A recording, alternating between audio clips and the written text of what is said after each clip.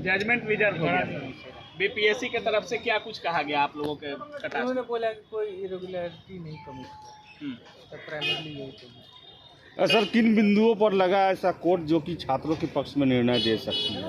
देखिए वो तो पता चल जाएगा, रिजर्व हो गया जजमेंट, लेकिन हम लोगों ने अपनी तरफ से जितनी दलीलें हैं हमारे सीनियर अभिभावक। सर क्या चांस सर, ये एग्जाम होगा या फिर कोई और दूसरा भी फैसला आ सकता है? रिजर्व मैटर पर वेरी होपफुल। सर कल को छोड़ के आज किन बिंदुओं पर चर्चा हुई? आज मुख्यतः कौन कौन से ऐसे पॉइंट थे जिन पर आप लोगों ने ज्यादा बल दिया? सर वही कैसे संविधान के अनुच्छेद 14 राइट टू इक्वालिटी, अनुच्छेद 16 right to equality in all government job, equal opportunity, और article 21 right to life and personal liberty, कैसे इसका उल्लंघन होता है जब इस तरह की डिस्क्रिपेंसीज होती है। और ये कितने प्रश्नों को लेकर जो है वो हम लोगों ने कोर्ट को 8-9 इस तरह के प्रश्न लिखा है। वो ये इस पर कैसे एक्सपर्ट कमेटी NCERT का क्या आंसर होता है, इन्होंने क्या आंसर डिक्लेयर किया था, सारी चीज़ों को। तो उसमें जो कोर्ट का क्या रुख था? कोर्ट ने ने संज्ञान लिया है। ऐसा भी कहा जा रहा था कि एक्स्ट्रा रिजल्ट ऐड किया जा सकता है।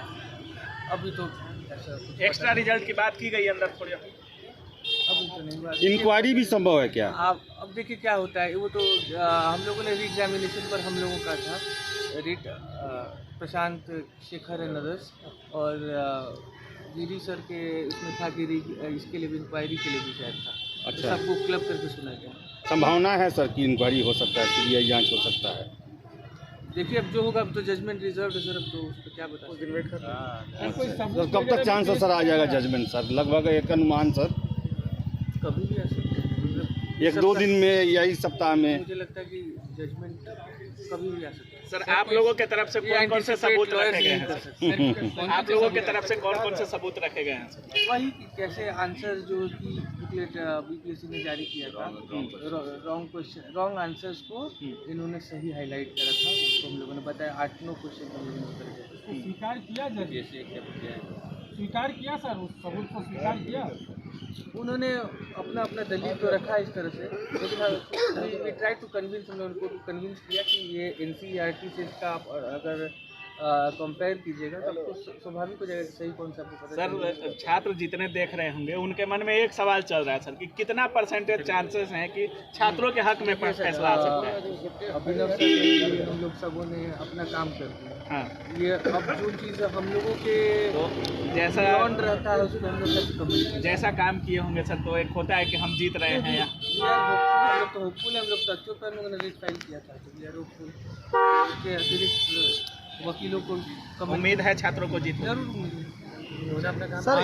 सर एक सवाल, आप रीट के सुनवाई करवा रहे थे, रीट का जो है रीट के लेकर के, तो क्या इस रीट का जो फैसला आएगा तो सिर्फ जो पैटिशनर है उन्हीं को लाभ मिलेगा या तमाम छात्रों को? री-एग्जामिनेशन होता है तो सब री-एग्जामिनेशन। सर क्वेश्चन को लेकर के जो अगर फैसला आता है, जिसमें प्रश्न आपने कहा कि गलत है, अगर तो उसमें किनको जो है मिलेगा? क्योंकि रीट है सर, तो रीट तो जजमेंटल आगे की सुनवाई को लेकर के क्या कहेंगे? चलिए बाकी आपको सर समाप्त हो चुका है, आज का पूरी कार्रवाई समाप्त हो चुकी है, क्या कुछ बोलिएगा? अभी आप एडवोकेट सर को भी सुन रहे थे। देखिए एडवोकेट साहब ने जो बोला है कि डिसीजन को रिजर्व रख लिया गया है। हाँ। और उनके बात करने के ढंग से और जो उनका तर्क था, हाँ। उस आधार पर माननीय न्यायालय पर पूरा भरोसा जग गया है। हाँ। और निश्चित रूप से री एग्जाम होना चाहिए। री एग्जाम हो जाएगा? बिल्कुल री एग्जाम होना चाहिए। सर जब हमने भी सर से सवाल किया कि कितने % चांसेस हैं कि री एग्जाम हो जाए, तो सर का भी कहना है कि संभावना पूरी है, 100% उम्मीद है। जिस तरह की बातें रखी गई है, नॉर्मलाइज राइट टू इक्वलिटी की बात कर रहे थे, आर्टिकल 14 की बात कर रहे थे, आर्टिकल 16 की बात कर रहे थे, तो निश्चित रूप से वो नॉर्मलाइजेशन वाली बात हो गई। और साथ ही साथ जो अनियमितता हुई है, क्वेश्चन का जो आंसर गलत किया गया है, उसके आधार पर 100% लग रहा है कि री एग्जाम होगा।